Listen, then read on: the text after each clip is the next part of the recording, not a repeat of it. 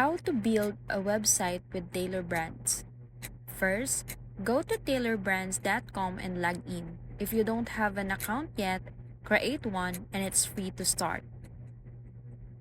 Next, you'll enter your business name, choose your industry, and Tailor Brands will help you design a logo.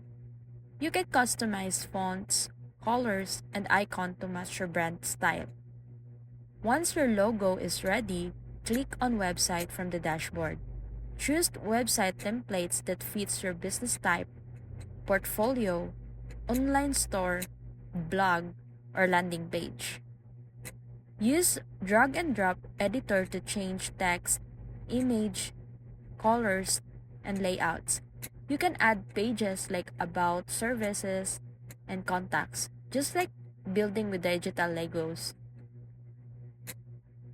If you want an online store, Tailor Brands lets you easily add e-commerce features like products, pricing, and payment setup. Once your site looks the way you want, click Publish. You can connect a custom domain or use Tailor's subdomain if you are just testing. So that's it.